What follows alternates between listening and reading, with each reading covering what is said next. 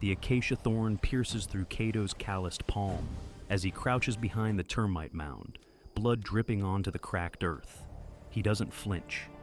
50 meters ahead, a young kudu limps through the golden savanna grass, its rear leg torn by something larger, something that might still be watching. Kato's chest tightens, not from fear, but from recognition. This is the moment. The wounded never survive long out here. And if he doesn't take this animal in the next few minutes, the hyenas circling downwind certainly will.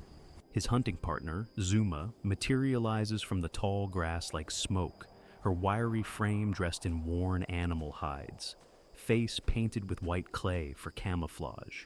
She signals with 2 fingers. The predator is close. A leopard, probably, waiting in the rocky outcrop to reclaim its prize. Kato grips his wooden spear tighter, the fire-hardened point still warm from this morning's resharpening. He learned this skill from his father, who learned it from his father, a chain of knowledge stretching back 200,000 years through the bloodline of early Homo sapiens. The kudu stops to nibble at a drought-resistant shrub, its torn muscle gleaming red in the late afternoon sun. Kato knows he has one chance. These ancient hunting laws are written in his bones. Approach from downwind, move during the animal's feeding distraction, strike at the vital organs behind the shoulder. He learned to read tracks before he learned to speak. The depth of a hoofprint revealing weight and speed, the scatter pattern of disturbed pebbles indicating panic or calm. He takes 3 silent steps forward, heel to toe, distributing his weight like water flowing over stone. A francolin bird erupts from nearby cover with an alarm call that splits the air like a stone axe through skull. The kudu's head snaps up. Time fractures into suspended fragments. Kato explodes from concealment, legs pumping, spear arm cocking back. The kudu bolts, but its wounded leg betrays momentum. 20 meters, 15. Kato's ancestors survived the mega drought of the Middle Stone Age by mastering this exact moment, the sprint, the calculation of trajectory, the union of human intention and wooden point.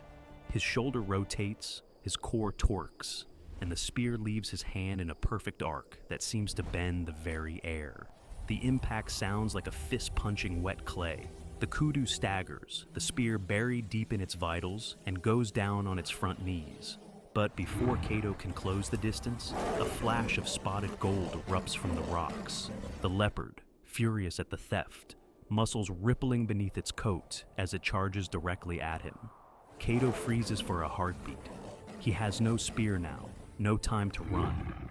Zuma appears to his right, screaming, waving a burning branch she somehow ignited from the concealed embers she carried wrapped in leaves. The leopard pivots mid-charge, instinct overriding rage. Fire is the great equalizer, the technology that separates humans from prey. The cat snarls once, a sound that vibrates in Kato's ribcage, then melts back into the rocky shadows, unwilling to challenge the ancient flame. Kato's hands shake as he approaches the dying kudu. He places his palm on its neck, feeling the pulse weaken, and whispers the hunter's acknowledgement his people have spoken for millennia. We take your strength. We honor your gift. This isn't sentiment. It's survival philosophy. Respect the kill, waste nothing. Understand that today's hunter is tomorrow's hunted. The butchering must happen fast. Zuma already has her stone flake out. A piece of razor-sharp obsidian napped from volcanic rock collected 3 days' walk from here. Her hands move with practiced efficiency, making the primary incision along the belly, careful to avoid puncturing the intestines that would spoil the meat. Kato works the joints, using leverage points that take years to learn, where to twist the leg, how to separate connective tissue with minimal cutting, which organs to remove first. They work in synchronized silence, a choreography of survival. Every 30 seconds, one of them pauses to scan the horizon. Vultures already circle overhead, their presence a beacon announcing fresh death to every predator within kilometers. The smell of blood is thick and metallic in the dry air. The liver, Zuma says, cutting free the dark organ and handing him a portion. They eat it immediately, still warm, the concentrated nutrients their bodies crave after days of eating only gathered roots and dried meat. This is ancient sports nutrition, pure iron, vitamin A, energy that will sustain them through the long carry home. But the work is only beginning. Kato learned from harsh experience that killing is perhaps 20% of the hunt. The real skill lies in what comes next, processing 200 pounds of meat under a hostile sun, while predators gather like creditors collecting debts. He makes quick decisions honed by ancestral wisdom. The prime cuts, the backstrap, the hindquarters get wrapped in the animal's own hide for protection and portability. The ribs are cracked and separated. Even the stomach lining will be useful, dried and shaped into a water container. Nothing is wasted because waste means death. His people didn't master the food chain through superior strength or speed. They did it through relentless efficiency and knowledge transmission. A hyena's laugh echoes across the plain, closer than before. Then another answers, and another. Zuma's eyes meet Kato's, and understanding passes between them without words. The clan is gathering. They have perhaps 10 minutes before the pack grows bold enough to challenge fire itself. Kato makes the hardest hunter's choice, prioritize and abandon. They take the best meat, the hide, the sinew from the legs for bowstrings and binding. The rest, easily a third of the animal, they leave as tribute to the scavengers. This is the bargain their ancestors struck with the savanna. Take what you need, leave what you can, and survive to hunt another day. They move quickly, loading meat into improvised slings made from woven plant fibers. The weight digs into Kato's shoulders, but he learned long ago to embrace discomfort as a companion rather than an enemy. Pain is information. Exhaustion is a currency you spend to see another sunrise. The journey back to camp takes 2 hours, every step calculated to avoid lion territories marked by scent and roaming crocodiles near the seasonal riverbed. They stop once at a known water source, a depression in the rocks that still holds precious fluid from last month's brief rain. Kato cups his hands, drinks deeply, and fills a hollowed gourd sealed with tree resin. Water is life. His people can track water sources from memory, passed down through generations, reading landscape features like textual maps.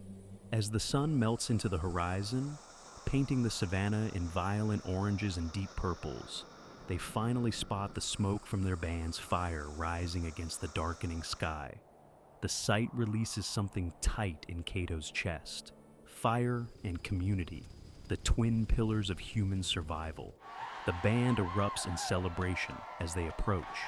23 individuals ranging from skilled elders to young apprentice hunters crowd around, examining the meat, touching the hide, asking questions in rapid succession. This is the final and perhaps most crucial stage of the hunt, knowledge transfer. Kato sits by the central fire as others begin the cooking process, smoke drying some portions, roasting others on flat stones positioned in the coals. He shows the younger hunters the angle of his throw, the reading of the wounded animal's behavior, the quick decision-making when the leopard charged. These lessons aren't written in any book. They're written in survival itself, inscribed through repetition and observation, refined across 10,000 generations. The old tracker, Mosey, examines Kato's wounded palm where the thorn entered. Without speaking, he produces a paste made from crushed leaves mixed with animal fat, antiseptic properties discovered through centuries of trial and error. He applies it carefully, then binds the wound with soft bark fiber.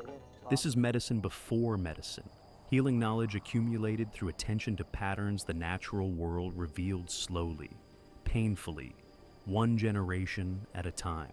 As the stars emerge in their ancient configurations, Kato eats roasted kudu meat and realizes that every skill he demonstrated today, tracking, stalking, throwing, butchering, navigation, cooperation, emergency medical treatment, represents a tiny fragment of humanity's vast accumulated survival knowledge. His ancestors didn't inherit this world. They learned to survive it through observation, innovation, and the patient transmission of technique from old hands to young. The fire crackles, and somewhere in the darkness, a lion roars its territorial claim. But here, in this circle of flame and kinship, Cato's people are safe. Not because they are stronger than lions, but because they are smarter, more patient, more willing to learn from every failure and teach every success. This is how humans conquered the planet, not through domination, but through accumulated wisdom passed person to person, generation to generation. A continuous chain of knowledge stretching from those ancient savannas to the device you're holding right now. What ancestral skills have you kept alive? Share your survival knowledge in the comments below and subscribe to join our journey through human evolution, because understanding where we came from reveals everything about who we are.